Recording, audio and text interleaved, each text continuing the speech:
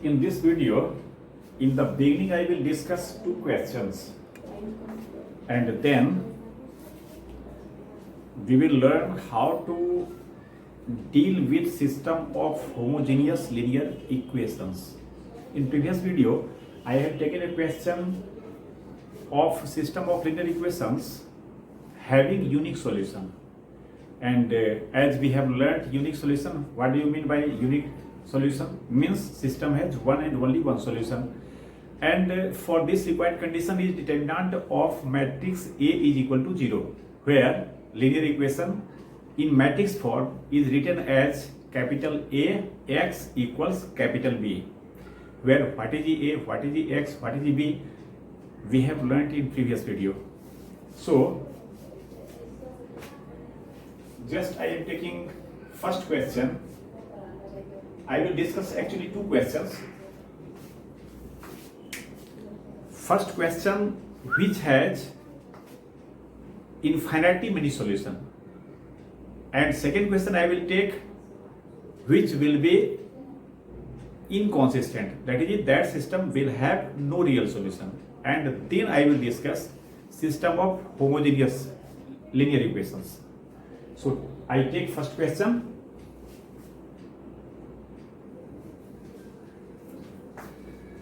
एक बार में पूरा क्वेश्चन नहीं आ पा रहा है, इसलिए बोर्ड थोड़ा छोटा है, मैंने पहले कुछ लिखा है, यहाँ तक समझ लें, फिर आगे कैलकुलेशन और जो रिक्वायर्ड होगा वो करेंगे। क्वेश्चन आप देख रहे हैं, ये सिस्टम ऑफ लिनियर इक्वेशंस है, ठीक है। जैसा कि पिछली वीडियो में हमने देखा था कि इसमें ए क्या हो जाएगा, कोएफिशिएंट मैट्रिक्स 1 1 1 1 2 3 1 4 7 1 1 1 1 2 3 1 4 7 लिख लिया, और वेरिएबल मैट्रिक्स x क्या हो जाएगा, X Y Z column matrix, और b क्या हो जाएगा, जो कॉस्ट मैट्रिक्स कहे थे 6 14 30। तो in terms of this a x and b, this system can be expressed in a single matrix equation ax equals b। ये पिछले वीडियो से देख रहे हैं हम लोग, है ना, इसमें ज्यादा समय खर्च न करें हम लोग। ये इक्वेशन को सिंगल मैट्रिक्स इक्वेशन में ऐसे लिखा जा सकता है, वेयर ax b क्या है, डिटेल्स वहां पर लिखा हुआ है। सबसे पहला काम क्या करते हैं, डिटरमिनेंट ऑफ मैट्रिक्स से निकालते हैं। आप देख रहे हैं ये थोड़ा सा हमने ऑपरेशन लगा दिया, चूंकि ये ऑल देख रहे हैं, फर्स्ट जो रो का सारा एलिमेंट है वो 1 1 1 है, तो इसमें इसको हमने सब्ट्रैक्ट कर दिया, तो यहाँ 0 1 और 7 - 4 3 हो गया, और इसमें इसको सब्ट्रैक्ट कर दिया 0, ये भी 1 और 4 - 1 3 हो गया। तो डायरेक्ट देख रहे हैं थर्ड और सेकेंड कॉलम सेम है, इसको डायरेक्ट 0 लिख दिए, ठीक है। अब चाहे इसे एक्सपेंडर में भी निकाल सकते हैं। Important thing is that we have to find determinant of matrix A, and we are seeing that determinant of matrix A is equal to 0। आप जैसे भी निकाल लो इसको। अब अगर ये 0 होता है तो इसके सॉल्यूशन के बारे में जैसा कि हम लोग ने पढ़ा है, पिछले वीडियो से देख रहे हैं कि अगर डिटरमिनेंट ऑफ मैट्रिक्स से 0 होता है तो इसका सॉल्यूशन होगा कि नहीं होगा, ये अभी हम लोग फाइनलाइज नहीं कर सकते। ये कब करेंगे, तो हम एडजॉइंट ऑफ ए को बी के साथ मल्टीप्लाई करेंगे। अगर वह नल मैट्रिक्स आता है तो कंसिस्टेंट होगा solution with infinity many solution, और अगर वह नल मैट्रिक्स नहीं आता है तो सिस्टम इनकंसिस्टेंट हो जाएगा, ठीक है। तो यहाँ नल मैट्रिक्स आया। अब एडजॉइंट निकालने के लिए इन डिटरमिनेंट ऑफ मैट्रिक्स से हम लोग क्या निकालेंगे, कोफैक्टर सबका निकालेंगे, इसलिए मैं इसको पहले लिख दिया कि समय खराब ना हो, है ना। तो कोफैक्टर आप देख सकते हैं, जैसे ये 1 1 निकालना है तो ये खत्म होगा, ये 14 - 12 2 हो जाएगा, जगह ये प्लस का है 2 ही रह गया, ये जगह माइनस का है, तो पहले में इसका माइनर निकालेंगे इस एलिमेंट का, और उसमें माइनस कर देंगे, कोफैक्टर हो जाएगा। अब इसका माइनर क्या होगा, तो ये और ये खत्म होगा, सही है ना, ऐसे ये खत्म होगा, ये चारों बचेगा ना, तो 7 - 3 4 आता, बट जगह निगेटिव है इसलिए -4 कर दिए। आप समझ रहे हैं, तो ऑल द 9 एलिमेंट्स का हमने कोफैक्टर निकाल लिया, और इस तरह से एडजॉइंट ऑफ ए क्या होगा, तो सारे कोफैक्टर्स वाला जो मैट्रिक्स होगा इसको हमने लिख दिया इसी क्रम से 2 - 4 2 - 3 6 - 3 देख रहे हैं ना, और 1 - 2 1 1 - 2 1, और इसका क्या करते हैं हम लोग, ट्रांसपोज लेते हैं, इसका ट्रांसपोजिशन का काम कर दिए। तो ये रो जो है देख रहे हैं ये कॉलम में चेंज हो गया एनीवे, और इस तरह से ये एडजॉइंट ऑफ ए हो गया। नेक्स्ट हम क्या वेरीफाई करने वाले हैं, adjoint of A multiplied by B, सही है ना, वर्किंग रूल, बार बार मैं रेफरेंस दे रहा हूं पिछले वीडियो का, पिछले वीडियो से ये सिस्टम ऑफ लिनियर इक्वेशंस चल रहा है। तो adjoint of A into matrix B equals क्या हो जाएगा, ये और इनटू मैट्रिक्स बी जो देख रहे हैं 6 14 30, ये रख दिया हमने। अब समझ सकते हैं रो बाई कॉलम मल्टीप्लाई होगा, तो यहां पर जो फर्स्ट कॉलम का एलिमेंट आएगा वो क्या आएगा, देख रहे हैं 12 माइनस 14 टू 3 42, 12 माइनस 42 प्लस 30, सही है ना। इस तरह से इसका हम इसके साथ करके जोड़ के लिखेंगे, फिर इसका ऐसे ये तीनों आया, देख रहे हैं ये सारा कैलकुलेशन करेंगे तो क्या आ रहा है, तीनों एलिमेंट 0 आ रहा है, मींस ये क्या आ गया, नल मैट्रिक्स। कोरिलेट करें शुरू से, डिटरमिनेंट ऑफ मैट्रिक्स ए 0 और एडजॉइंट ऑफ ए बी भी क्या रहा है, नल मैट्रिक्स आ रहा है। ये कंडीशन क्या कहता है, अगर ऐसा होता तो सिस्टम कॉन्सिस्टेंट होगा विथ इनफाइनाइटली मेनी सॉल्यूशन। तो यहां हमने लिख दिया as adjoint of A multiplied by B equals null matrix, therefore system is consistent with infinitely many solutions. तो यहां तक हमें ये पता चला कि ये सिस्टम कॉन्सिस्टेंट है और इनफाइनाइटली मेनी सॉल्यूशंस होगा इसका। आगे सॉल्यूशन का वे क्या होता है उसको करते हैं। आगे सॉल्यूशन का वे हमने क्या जाना है कि जब ऐसा होता है तो इनफैक्ट ये सिस्टम का कोई सा दो इक्वेशन को पकड़ेंगे, उसे सोल्व करेंगे। कैसे सोल्व करेंगे, किसी एक वेरिएबल को हम सम कांस्टेंट से रिप्लेस करेंगे, सम आर्बिट्रेरी कांस्टेंट के लैम्डा म्यू कुछ भी रख देंगे और रिमेनिंग 2 वेरिएबल्स को सोल्व करेंगे। कैसे, कोई भी दो इक्वेशन को पकड़ के। अब 2 इक्वेशन लेंगे, 3 वेरिएबल था, एक वेरिएबल को हम के कहेंगे तो वेरिएबल 2 ही रह जाएगा ना। बट चूंकि मैट्रिक्स मेथड कह रहा है इसलिए हम उस 2 को भी सोल्व करेंगे, तो हमारा ये प्रयास होगा कि उसको मैट्रिक्स मेथड से ही करें। चूंकि ये स्पेसिफाइड क्वेश्चन है, इसमें लिखा रहता है मैट्रिक्स मेथड का यूज करें, वरना 2 वेरिएबल में सिस्टम ऑफ लीनियर इक्वेशन है, आप समझ सकते हैं इमीडिएट उसमें हम बाई सब्स्टिट्यूशन बाई कैंसिलेशन जैसे भी करते हैं ना, इसमें ये मल्टीप्लाई किए वो मल्टीप्लाई किए, जोड़ना घटाना ऐसे करके, बट उसको अवॉइड करेंगे, मैट्रिक्स मेथड से करेंगे। तो अब हम इस सिस्टम का कोई सा 2 इक्वेशन लेंगे और उसे सोल्व करेंगे by supposing any one of the 3 variables equal to some arbitrary constants.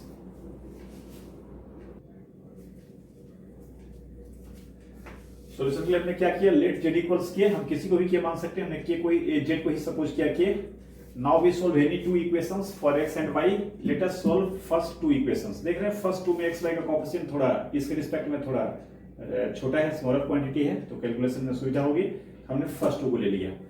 अब समझ सकते हैं जेड को के सपोज करने के बाद पहला इक्वेशन ये रिड्यूस कर जाएगा x plus y equal 6 minus के, सही है ना। जेड का वैल्यू के पुट करेंगे, इधर कर लिए 6 माइनस के और x plus 2y equals 14 minus यहां के पुट करेंगे 3 के। अब 1 and 2 can be expressed as single matrix equation px equals q। समझ सकते हैं वहां ax इक्वल्स b लिखते थे, बट यहां ax इक्वल्स b एक बार यूज कर चुके हैं, बुक वगैरह में दोबारा भी ax प्लस b लिखता है, कोई ज्यादा परेशानी नहीं है। हमारा यहाँ पर a और b इसके जैसा होगा, बट हम ये एडवाइस करेंगे कि उस a b को कंफ्यूजन से बचने के लिए एक बार ax इस तरह से मान चुके हैं तो फिर इसे ax क्यों कहें, हम चेंज कर लिए, p का लिए, x का लिए, q का लिए। अब x तो कॉमन वेरिएबल है तो ठीक है, वो x अलग है, वो इस कॉन्टेक्स्ट का है, इसे pq का लिए, मतलब ये कोई मुद्दा नहीं है, आप यहाँ a भी कर सकते हैं। अब हम इसको 2 वेरिएबल का system of linear equation treat करेंगे, फिर इसका हम कैसे सोल्व करेंगे। तो जहां पर p क्या है, x क्या है, q क्या है, ये हमने लिख दिया। अब डिटरमिनेंट ऑफ p पहले निकालेंगे, सेकेंड ऑर्डर का है, तुरंत निकल जाएगा, 2 माइनस 1 हुआ जो कि 0 नहीं है, तो इसके बाद यहां से हमने लिखा है देयरफॉर a इनवर्स क्या करेगा, एग्जिस्ट करेगा। अब इसका इनवर्स निकालने के लिए डिटरमिनेंट ऑफ मैट्रिक्स p में a11 a12 a21 a22 इस तरह से निकालेंगे। समझ सकते हैं a11 मींस इसका कोफैक्टर जो कि 2 होगा, इसका कोफैक्टर -1 होगा, जगह क्या है, ये जगह माइनस का है तो ये माइनर हुआ 1, तो कोफैक्टर क्या हो जाएगा -1। सिमिलरली ये भी जगह माइनस का है, इसका कोफैक्टर क्या होगा -1 और इसका कोफैक्टर 1। ये सब लिख लिया हमने।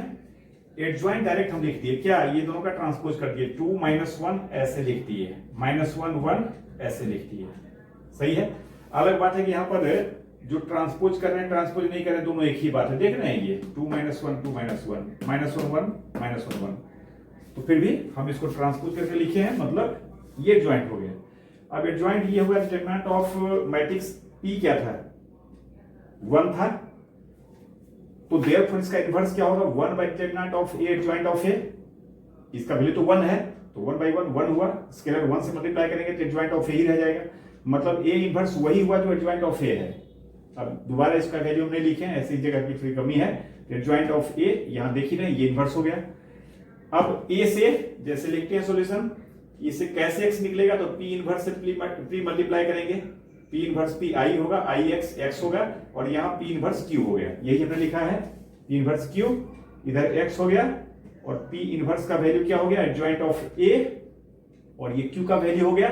अब मल्टीप्लाई किए क्या, रो बाई कॉलम, तो देख रहे हैं ये 2 इंटू ये, फिर प्लस -1 इंटू ये 12 माइनस 2k हो गया, और -1 से इसमें मल्टीप्लाई करेंगे तो -14 और +3k। हो सकता है थोड़ा ये नीचे हो गया है तो कम आपको दिखाई पड़े, बट समझ सकते हैं, यहां तक आप समझे ना, कैलकुलेशन करना है बाकी। फिर यहां पर क्या लिखेंगे, तो इससे किससे मल्टीप्लाई करेंगे, दोनों में, -1 से इसमें, 1 से इसमें, इसको ऐड कर दिया हमने, और आफ्टर सिंप्लीफिकेशन ये k-2 आता है, -2k + 8 आता है। तो फाइनली हमारा सॉल्यूशन क्या हो गया, तो x का वैल्यू कंपेयर करेंगे, दिस x मींस क्या, यही ना हमारा वेरिएबल मैट्रिक्स था x y, तो x का वैल्यू हो गया k-2, y का वैल्यू -2k + 8 या 8 - 2k कहें जो कहें, और z = k, where k belongs to r लिखेंगे, यानी k जहां कोई भी रियल हो सकता है, कोई भी रियल नंबर हो सकता है। तो इस तरह से एक एग्जांपल हमने ऐसा लिया जो सिस्टम का इनफाइनाइटली मेनी सॉल्यूशन होगा, सही है ना। इसमें बेसिक बात क्या हुआ, डिटरमिनेंट ऑफ a निकाले शुरू में, वो 0 आता है, उसके बाद adjoint of a into B निकालेंगे, अगर वो भी नल मैट्रिक्स आता है तो सिस्टम का इनफाइनाइटली मेनी सॉल्यूशन होगा। और for solution we will suppose any one of the 3 variables equal to some arbitrary constant, and we will solve any 2 equations of the system for remaining 2 variables, यानी एक को तो हमने माना ही, और जो 2 बच गया उसके लिए सोल्व करेंगे सिस्टम के किसी 2 इक्वेशन को। कैसे करेंगे आप देख रहे हैं, फिर इसको मैट्रिक्स इक्वेशन जैसा ट्रीट करेंगे, वेरिएबल इस बार 2 रहेगा और सिस्टम इक्वेशन भी 2 रहेगा। क्लियर है। अब एक एग्जांपल लेते हैं जो सिस्टम इनकॉन्सिस्टेंट होगा। देख रहे हैं इस पर, ये सिस्टम ऑफ लीनियर इक्वेशन है, और कह रहा है show that system of linear equations this is inconsistent. आप समझ सकते हैं सबसे इजी सिचुएशन ये है, इसमें क्या करेंगे, कोएफिशिएंट का सारे का डिटरमिनेंट निकालेंगे। वी हैव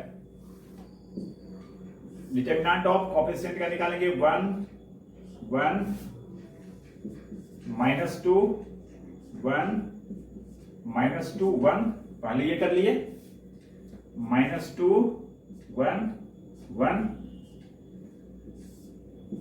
इसका वैल्यू, इसमें थोड़ा सा इसको भी कर लेते हैं, ax = b।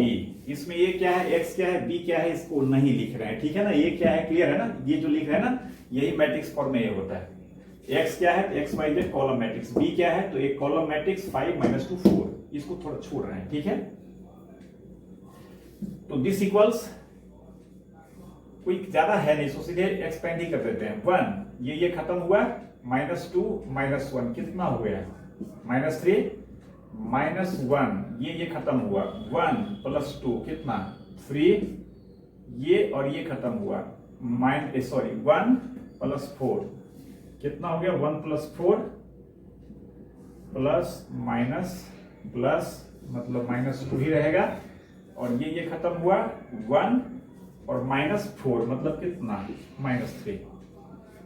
देखेंगे -3 -6 और ये -2 -3 कितना हो गया, +6 0। जस्ट जैसा पिछला सिचुएशन देखे थे हम लोग, मतलब we have determinant of matrix A = 0 आया। अब समझ सकते हैं कि अभी इमीडिएट इसके सॉल्यूशन के बारे में कुछ नहीं कर सकते, हमें क्या करना होगा, तो अभी और देखना पड़ेगा क्या करना होगा, एडजॉइंट ऑफ A निकालेंगे और एडजॉइंट ऑफ A × B निकालेंगे। अगर वो भी 0 आएगा तो अभी हम एक सिचुएशन देखा, जैसा देखे थे इनफिनिटी मेनी सॉल्यूशन, वो होगा। बट ये इनकॉन्सिस्टेंट प्रूव करने का है, तो डेफिनेटली ऐसा आना चाहिए, तभी ये हो पाएगा। क्या, adjoint of A × B should not be null matrix. Now, in determinant of A11,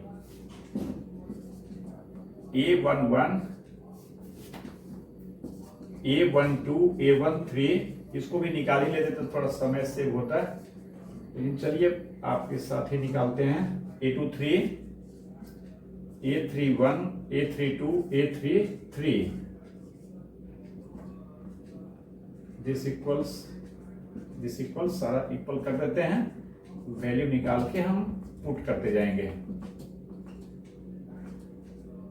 ठीक है। A11 ये खत्म होगा, -2 -3 जगह ये चूंकि प्लस का है तो -3 रह जाएगा। ये खत्म होगा 1 + 3 जगह माइनस का है तो -3। फिर ये खत्म होगा 1 और ये क्या कहते हैं -4 -3 ही रह जाएगा। क्यों? जगह ये प्लस का है, जो माइनर होगा वही हो जाएगा। सही है ना? इसमें ज्यादा हम समय खराब नहीं कर रहे हैं, आराम से आप समझ रहे हैं। ये खत्म हुआ 1 + 2 3, ये जगह क्या है माइनस का है तो -3 हो जाएगा। ये खत्म होगा 1 और -4 -3 ये -3 ही रह जाएगा। सही है ना? A 2 3 ये और ये खत्म होगा 1 + 2 3, बट यहाँ पर क्या -3 हो जाएगा क्योंकि ये माइनस का जगह है। और A 3 1 ये खत्म होगा 1 -3 मतलब 1 -4 मतलब -3, और ये जगह क्या है प्लस का तो -3 रह जाएगा। सही है ना? 1 -4 -3 जगह प्लस का है यही रह जाएगा। A 3 2 ये और ये खत्म होगा 1 + 2 3, तो यहाँ -3 हो जाएगा, जगह चूंकि ये नेगेटिव है। ये -2 -3 ये -3 रह जाएगा। सही है? तो देयरफॉर डायरेक्ट हम यहां पर लिख रहे हैं adjoint of, therefore adjoint of A equals क्या हो जाएगा, इसका ट्रांसपोज कर लेते हैं -3 -3 -3 -3 सेकेंड रो -3 -3 इसको निकालेंगे -3 देख रहे हैं ये बहुत मजेदार है। मतलब इसका सारा का सारा कोफैक्टर -3 है। सही है ना? एनीवे एडजॉइंट ऑफ A ये हो गया। क्या करें, जगह का प्रॉब्लम बार बार हो जा रहा है। चलिए एडजॉइंट ऑफ A ठीक है ना, यहां तक कोई प्रॉब्लम नहीं है। यहीं पर थोड़ा इसको बिठाते हैं। x = b तो आप समझ ही रहे हैं। नाउ हम क्या निकालेंगे, एडजॉइंट। अगर आप लिख रहे हैं कुछ इसको देख कर तो प्लीज थोड़ा रोक के आप लिख लेंगे, क्योंकि यहाँ के बाद यहाँ तो बाद में कुछ आएगा नहीं, है ना? तो थोड़ा समझ लें, इंपॉर्टेंस ये रखता है। बाद में तो चूंकि ये वीडियो है तो इसको दोबारा फिर बैक करके आप देख सकते हैं कहाँ कैसे क्या कॉन्सिक्वेंस है। क्या करें, बोर्ड छोटा है, लाचारी है ना? और लॉकडाउन में अभी कुछ ऐसा है ना कि बोर्ड बड़ा कर सकें। चलिए ठीक है। तो adjoint of A into B, adjoint of A में कुछ देखना नहीं, सारा का सारा -3 है तो -3 -3 -3 -3 और इसमें मल्टीप्लाई किससे करेंगे, B से। B मतलब 5 -2 और 4। समझ सकते हैं? इसमें भी थोड़ा हम समय सेव करेंगे।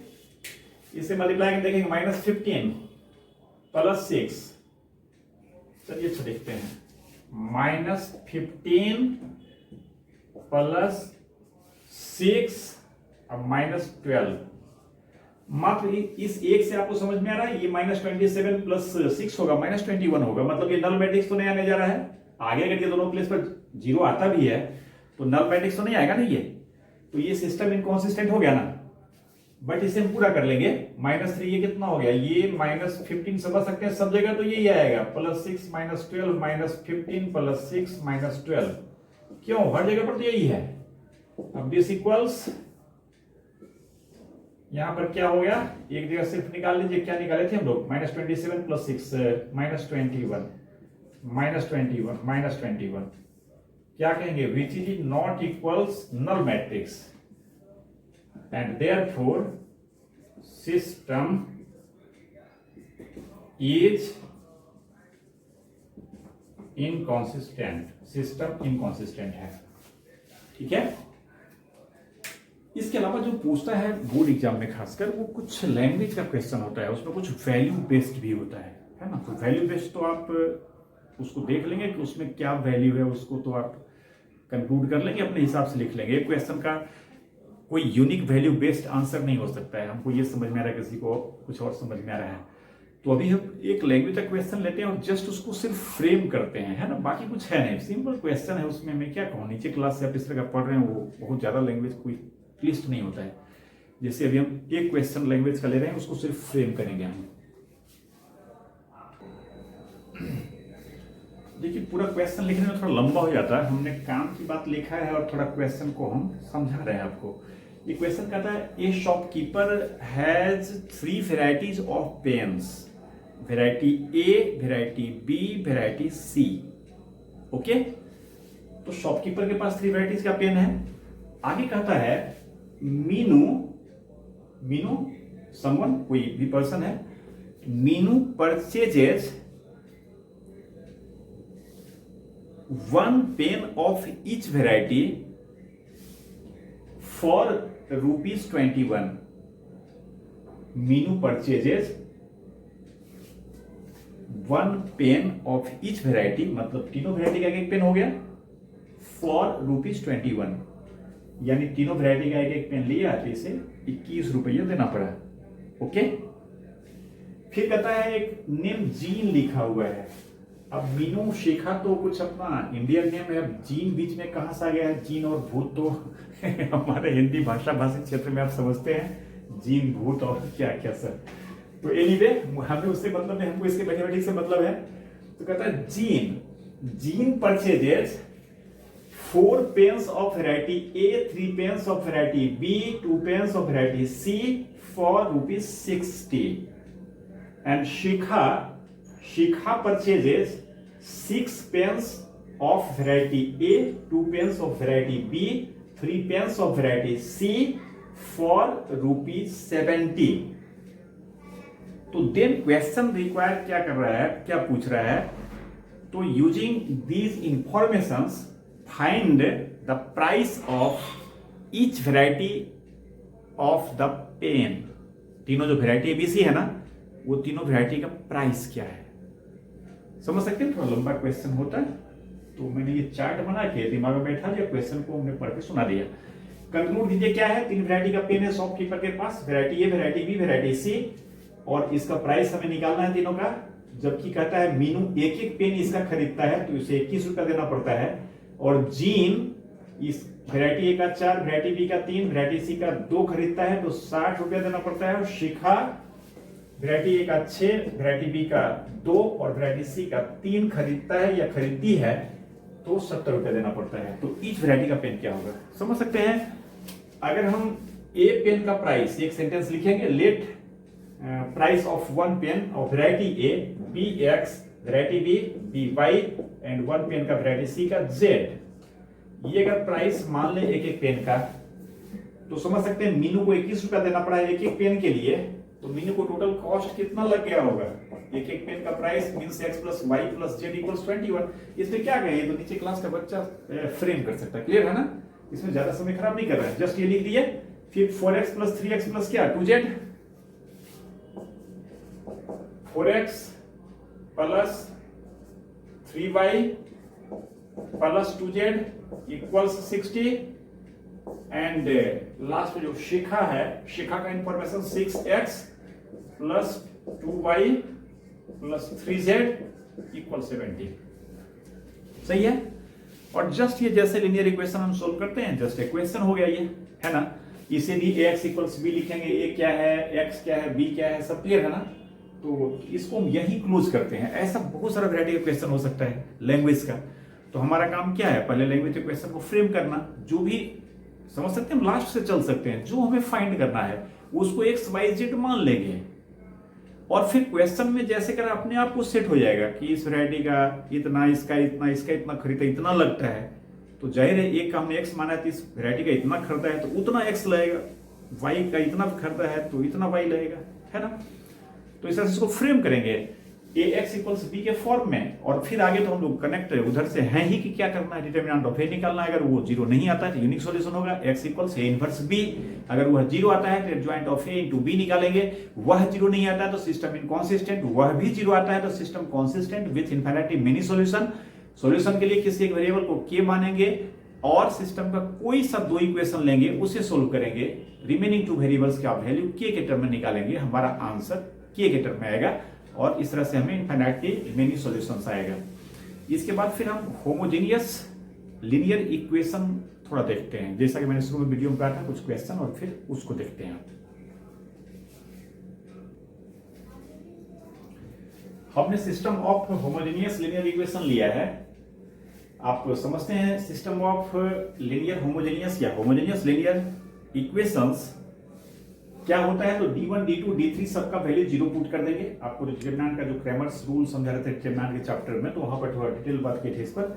तो सारे कांस्टेंट को अगर 0 कर देंगे तो होमोजेनियस हो जाएगा वो, मतलब होमोजेनियस एक्सप्रेशन इक्वल 0 करेंगे तो सिस्टम ऑफ होमोजेनियस इक्वेशंस मिलेगा, और एक नॉन होमोजेनियस एक्सप्रेशन इक्वल 0 करेंगे तो वो system of non homogeneous linear equation कहलाएगा। तो होमोजेनियस में क्या है, थोड़ा सा कंसेप्चुअली बात को समझें कि जब भी सिस्टम होमोजेनियस होगा तो प्रोसेस तो हमारा वही होगा। वहां पर d1 d2 d3 हमने कहा था, उसी का एक स्पेशल केस है ना कि जब d1 d2 d3 सारा का सारा क्या हो जाए, 0 हो जाए।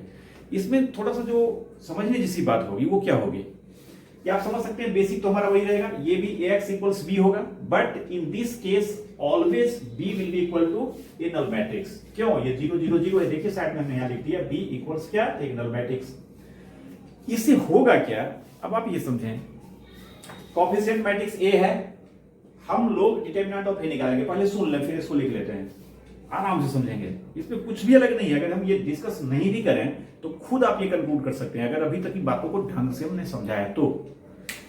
हम कोएफिशिएंट मैट्रिक्स ए का डिटरमिनेंट निकालेंगे, और अगर यह 0 नहीं आता है तो यूनिक सॉल्यूशन होगा। ये 0 नहीं आता है तो फिर d1 d2 से कोई मतलब हमारा नहीं है, d3 से। वहां हमने क्या समझा था, अगर ये 0 नहीं आएगा तो यूनिक सॉल्यूशन होगा। क्यों, इसका इनवर्स एग्जिस्ट करेगा, और always x will be equal to a inverse into b।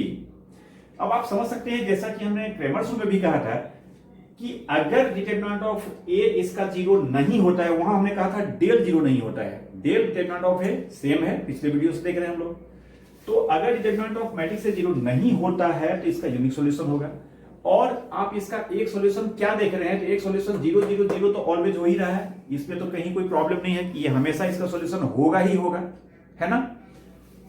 तो अगर डेल 0 नहीं होता है तो इसका एक और केवल एक सॉल्यूशन होगा, और that solution will be x equals y equals z equals 0, जो कि क्या है, इसे हमने कहा था ट्रिवियल सॉल्यूशन कहलाता है। Trivial means something which is not of great importance, कुछ ऐसा जो ज्यादा महत्व का चीज नहीं है। वो बात तो है बट बहुत महत्व का नहीं है। आप समझ सकते हैं, simply by hit and trial देख सकते हैं, x y z सबका वैल्यू 0 पुट कर देंगे तो ये सेटिस्फाई करेगा इसको। अब रहा कि डेल अगर 0 नहीं है तो नॉन होमोजेनियस में हमें क्या समझा था, डेल अगर 0 नहीं है तो हम वेरीफाई करते थे adjoint of a into B. अगर नल मैट्रिक्स है तो इसका इन्फिनिटी में सॉल्यूशन होगा, और अगर वो नल मैट्रिक्स नहीं है इसका सॉल्यूशन होगा ही नहीं, मतलब सिस्टम इनकॉन्सिस्टेंट होगा। बट यहां पर आप समझें कि डेल अगर 0 होता है तो adjoint of a into B करेंगे तो b तो नल मैट्रिक्स हमारा है, तो एडजॉइंट ऑफ एक whatever be the value of adjoint of a, but अगर उसको मल्टीप्लाई करेंगे हम b से पोस्ट फैक्टर रखते हुए तो वो हमें हमेशा नल मैट्रिक्स देगा ना। क्यों, नल मैट्रिक्स से किसी मैट्रिक्स से मल्टीप्लाई करेंगे, अगर कंफर्मेबिलिटी एश्योर्ड है तो वो नल मैट्रिक्स आएगा, गारंटेड है वो। क्लियर है ना। तो यहां पर हम इसे कंक्लूड करते हैं, इस चीज को बढ़िया से दिमाग में रखना है। Number 1, if determinant of matrix A is not equal to 0 then system will have unique solution and unique solution will be x equals y equals z equals 0, जिसको कि हम लोग ने क्या समझा था, हम लोगों ने ट्रिवियल सॉल्यूशन। इसे दिमाग में रखना है, ट्रिवियल सॉल्यूशन क्या कहलाता है, x equals y equals z equals 0, यानी if all the variables has value 0। Second, ये सिस्टम को इनकॉन्सिस्टेंट होने का कभी चांस ही नहीं है, आप समझ चुके हैं। Adjoint of a into b तो हमेशा नल मैट्रिक्स आएगा ही आएगा। सेकेंड में, if determinant of matrix a is equal to 0 then system, चलिए ऐसे लिखते हैं, system will be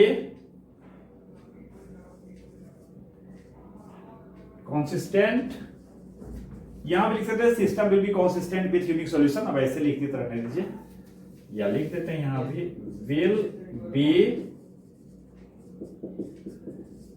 consistent with unique solution। तो system will be consistent with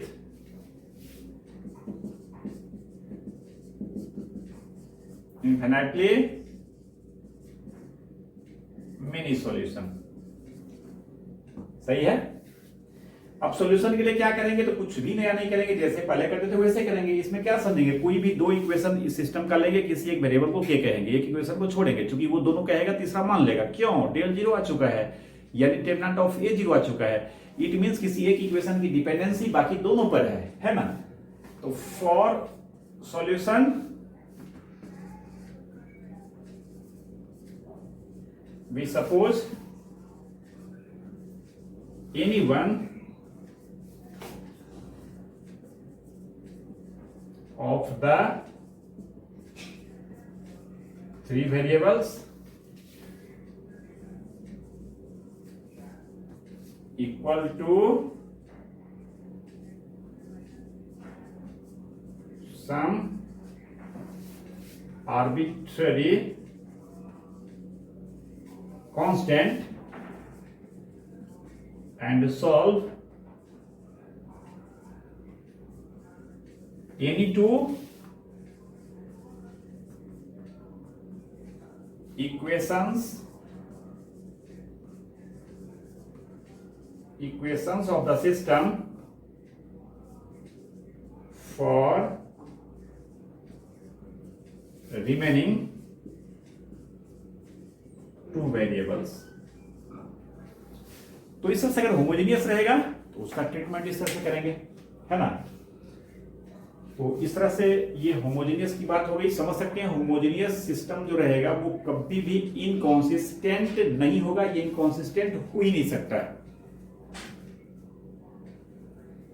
और क्या कहीं इसमें तो क्वेश्चन देखने का भी नहीं मन कर रहा, बट एक दो क्वेश्चन देख लेते हैं, ठीक है ना। एक ऐसा जिसका कि सॉल्यूशन सिर्फ ट्रिवियल सॉल्यूशन होगा, और फिर ऐसा जिसका कि सॉल्यूशन इनफाइनाइटली मेनी होगा, ठीक है। तो उस तरह क्वेश्चन लेते हैं। देख रहे हैं सिस्टम होमोजेनियस है और हमें इसका सॉल्यूशन निकालना है या देखना है सॉल्यूशन होगा या नहीं होगा।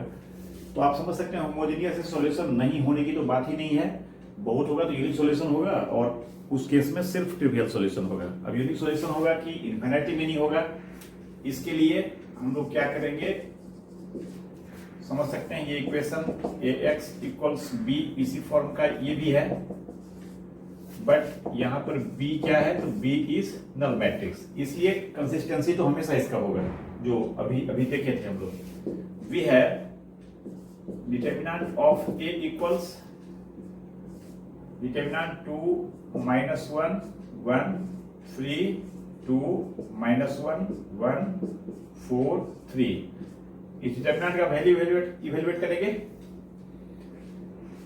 दिस इक्वल्स सिंपली ऐसे एक्सपेंड कर लेते हैं, छोटा सा है 2 इंटू ये खत्म होगा, ये 6 प्लस 4 कितना हो गया 10, फिर प्लस 1 फर्स्ट रो से एक्सपेंड कर रहे हैं, ये खत्म होगा 9 प्लस 1 10 प्लस 1 ये खत्म होगा 12 माइनस 2 10। समझ सकते हैं कितना हो रहा है 20 और 20 40 डायरेक्ट लिखते हैं, ये 40 हो गया जो कि जीरो नहीं है, एंड देयरफॉर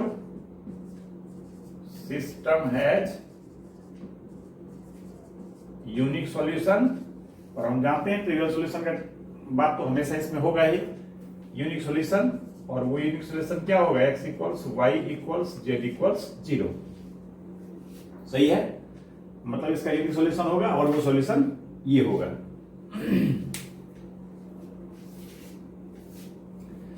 फिर एक क्वेश्चन लेते हैं जिसमें इनफिनिटी मेनी सॉल्यूशन होगा।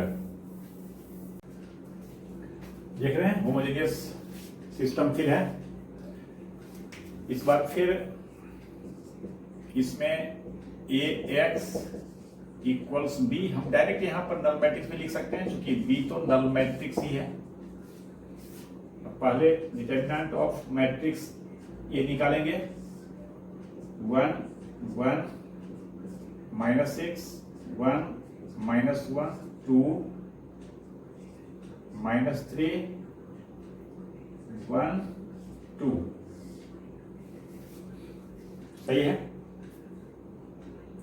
सोच सकते हैं या तो सीधे ही वैल्यूएट कर लें, या कुछ जीरो वगैरह अगर बनाने की बात है तो उसे भी कर सकते हैं। चलिए जीरो ही कर लेते हैं, बनाते हैं। R3 changes to R3 plus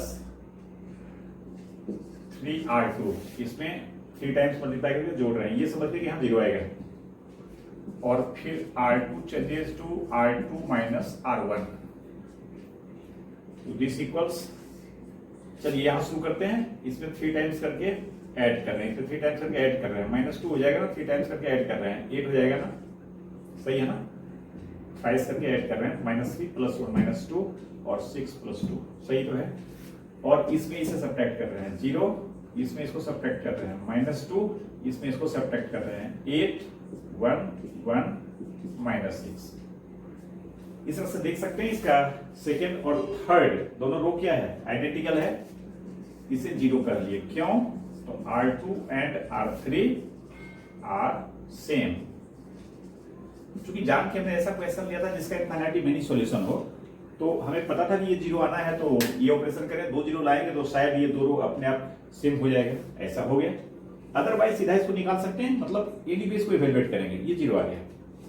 अब 0 आ गया, इट मींस क्या, आगे जो उसमें नॉन होमोजेनियस में हम देखते थे joint of A into B, check करना कि वो मैट्रिक्स आता है कि नहीं आता है, वो यहाँ चेक नहीं करना है, ये बार बार कह रहे हैं। होमोजेनियस नॉन होमोजेनियस में ये एक बेसिक डिफरेंस है कि यह हमेशा कंसिस्टेंट होगा।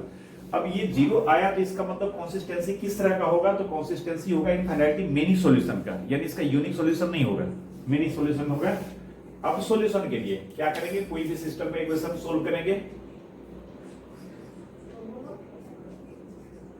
मतलब क्या कहेंगे, चलिए एक लाइन इसको लिखेंगे, therefore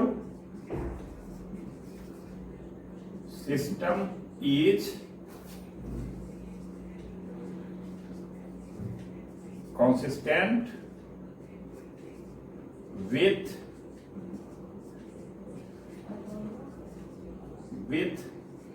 infinitely many solutions. For solution, फिर किसी एक को क्या कह लेते हैं, बेहतर है जेड को ही क्या कह लेते हैं, लेट जेड इक्वल्स के, जहां के कोई भी रियल नंबर है, तो देन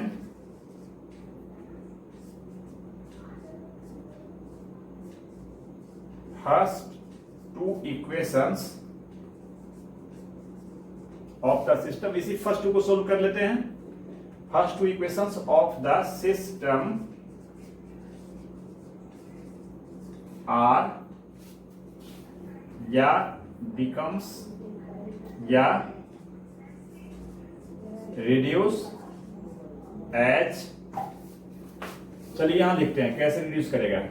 जेड को हमने क्या कहा है, x + y = 6 के, x + y = 6 के, इसको स्मॉल ए कह लेते हैं।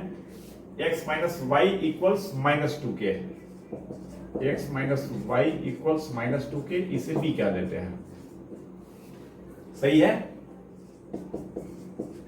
A and B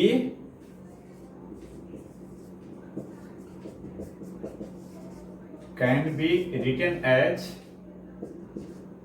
in single matrix equation। अब चूंकि x b यहां पर समझा चुके हैं, तो फिर जैसे बताया था क्वेश्चन में, इसको px = q कह लेते हैं। चलिए इसको हम क्या कर लें, कैपिटल ए या 1 ही कर लेते हैं। Equation 1 where determinant of p equals, समझ सकते हैं 2 डिग्री का, 2 वेरिएबल का इक्वेशन है 2/2, तो डिटर्मिनेंट ऑफ p क्या हो जाएगा, 1 1 1 - 1 1 1 1 -1, जो कि -1 -1 मतलब -2 हो गया है ना, which is not equal to 0। And therefore A inverse exist, एक ए इनवर्स एग्जिस्ट करेगा। नाउ सॉरी पी का है ना, तो पी इनवर्स, ए नहीं यहां पर पी हमने कहा है। Now in determinant of matrix P A11, A12, A21, A22, ये चारों का वैल्यू सिंपल है, सेकेंड ऑर्डर का है तो इसका कोफैक्टर -1, इसका कोफैक्टर 1 होगा, लेकिन -1 हो जाएगा, -1 हुआ ना, जगह माइनस का है -1 हो गया।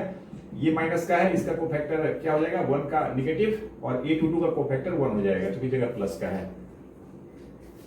तो therefore adjoint of P equals, इसका ट्रांसपोज करेंगे तो -1 -1 -1 -1, और इधर क्या हो जाएगा -1 और 1, डायरेक्ट ट्रांसपोज कर दिए, ठीक है। एंड देयरफॉर P इनवर्स क्या हो जाएगा, डिटर्मिनेंट इसका देख रहे हैं, 1 bye determinant of P, determinant of P adjoint of P, सही है, दैट इज ए 1 बाय -2 और एडजॉइंट -1 -1 -1 ठीक है। कैलकुलेशन थोड़ा देख लेंगे, ऐसे तो छोटा सा कैलकुलेशन है, सही होना चाहिए। P इनवर्स ऐसा हो गया, एंड देयरफॉर सॉल्यूशन 1 के लिए, मतलब 1 से हम क्या कहेंगे, 1 इंप्लाई डायरेक्ट देखिए हम लिख रहे हैं x equals P inverse Q, यानी P इनवर्स मींस -12 -1 -1 1 और मल्टीप्लाइड बाई Q का वैल्यू क्या है, तो Q का वैल्यू है 6K 2K, सही है, 6K और -2K है, -2K। दिस इक्वल्स, समझ सकते हैं, इसको -12 अभी यहीं रखते हैं, या देखिए है क्या कि ये स्केलर है, ये दोनों दो से कैंसिल होने वाला है, तो सुविधा के लिए हम इसे यहां डायरेक्ट कैंसिल कर सकते हैं, थोड़ा छोटा भी हो जाएगा मल्टीप्लाई होने में, हालांकि ऐसे भी छोटा ही है, तो है ना, ये सब कैलकुलेशन तो आप चेक करेंगे जैसे भी कर लें। तो यहां पर -12 अगर खत्म कर लेते हैं तो ये क्या हो जाएगा, चलिए हम ऐसे ही कर लेते हैं, इसमें जगह का प्रॉब्लम हो जा रहा है -12 को मुझसे साथ कर लेंगे, तो -1 -1 1 हम ये कह रहे थे कि इसको अगर इसके साथ ट्रीट कर दें, स्केलर से गुना कर दें इसमें, तो ये -3K और ये क्या हो जाएगा K हो जाएगा, मतलब -2 से इसमें भी डिवाइड और -2K में भी डिवाइड, तो -2 से डिवाइड करेंगे 6K में -3K, और इसमें -2 से डिवाइड करेंगे K। प्रॉपर्टी क्या हम यूज किए, AB के साथ हम स्केलर K का गुना करें तो इस K को पहले इसमें कर लें, या K को पहले इसमें कर लें, एक ही बात है, या किसी में नहीं करें, दोनों को गुना करें फिर K से मल्टीप्लाई करें, और इस तरह से ये कितना हो जाएगा, तो देख लेते हैं। दिस इक्वल्स, देखेंगे यहां पर 3K -K 2K हुआ ना, ये 2K हो गया, यहां पर देखेंगे 3K + K कितना हो गया 4K,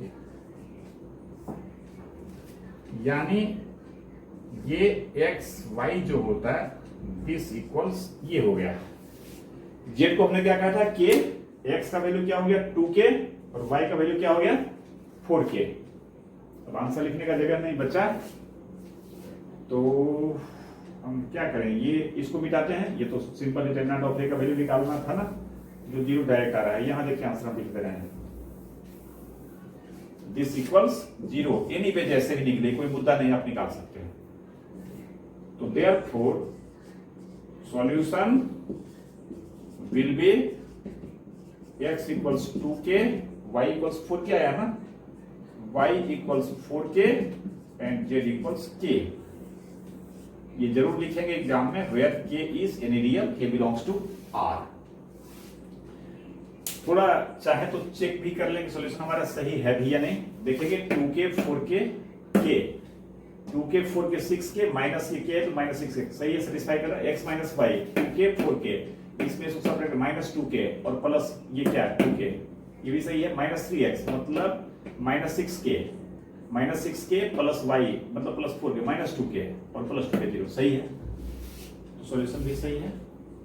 ठीक है, तो बार बार मैं ये कहूंगा कि इसका जो कंसेप्चुअल बात है वो बेसिक को बिल्कुल क्लियर रखिए, मैट्रिक्स मेथड में क्या करते हैं, है ना। अब अगर एज द होल कंक्लूड कीजिए तो हमारे दिमाग में इस तरह का इमेज बनना चाहिए कि अगर non homogeneous system of linear equations है तो वो कंसिस्टेंट हो भी सकता है, नहीं भी हो सकता है, प्रोवाइडेड कि ये दिमाग में हमारा है तो उसके अकॉर्डिंगली हम बात कर रहे हैं ax = b, इस टाइप की इक्वेशन की बात कर रहे हैं। हम सबसे पहले क्या करेंगे, हम नॉन होमोजेनियस की बात कर रहे हैं, डिटरमिनेंट ऑफ मैट्रिक्स से निकालेंगे, अगर वह 0 नहीं आता है तो यूनिक सॉल्यूशन होगा। सॉल्यूशन कैसे निकलेगा, तो x = कैपिटल X की बात कर रहे हैं, capital X = A inverse into B, ये यूनिक सॉल्यूशन हो गया। अब डिटरमिनेंट ऑफ A अगर 0 आता है तो हम फर्दर इसका सॉल्यूशन होगा कि नहीं होगा ये डिसाइड कौन करेगा, adjoint of A multiplied by B। अगर वह नल मैट्रिक्स नहीं आता है तो सिस्टम इनकॉन्सिस्टेंट होगा, मींस सिस्टम का कोई सॉल्यूशन नहीं होगा, और अगर वह 0 आता है तो सिस्टम कॉन्सिस्टेंट होगा with infinity many solution. For solution हम क्या करेंगे, तो सिस्टम में जो 3 वेरिएबल है उसमें से किसी एक को हम कोई आर्बिट्रेरी कांस्टेंट मान लेंगे, के कह लिए उसे, और बाकी क्या करेंगे, 2 वेरिएबल का मान निकालेंगे। कैसे, उस सिस्टम का कोई सा भी 2 इक्वेशन को सोल्व करके। कारण कि डिटरमिनेंट ऑफ ए 0 आता है, इट मींस गारंटी इस बात की है कि उस सिस्टम का एक इक्वेशन बाकी 2 पर डिपेंडेंट होगा। ये हो गया नॉन होमोजेनियस की बात। अगर होमोजेनियस है तो थोड़ा और सरल रास्ता है, इसमें इनकॉन्सिस्टेंसी की बात कभी नहीं होगा। अगर डिटरमिनेंट ऑफ ए का वैल्यू 0 नहीं आता है तो ओनली वन सॉल्यूशन होगा, that will be trivial solution, x = y = z 0। और अगर डेल 0 आता है, मतलब डिटरमिनेंट ऑफ मैट्रिक्स ए 0 आता है, जो क्रेमर्स रूल में डेल था, डिटरमिनेंट ऑफ ए अगर 0 आता है तो सिस्टम का इनफिनिटी मेनी सॉल्यूशन होगा। और वो सॉल्यूशन कैसे निकालेंगे, तो जस्ट नॉन होमोजेनियस में जैसे किया था हमने, किसी एक वेरिएबल को के कहेंगे और वो सिस्टम का कोई सा 2 इक्वेशन सोल्व करेंगे, उस वेरिएबल को के कहते हुए और बाकी दोनों वेरिएबल का वैल्यू इन टर्म्स ऑफ के निकालते हुए। बाकी आप एक्सरसाइज करें और जो क्वेश्चन हो उसे आप पूछें। Okay, thanks.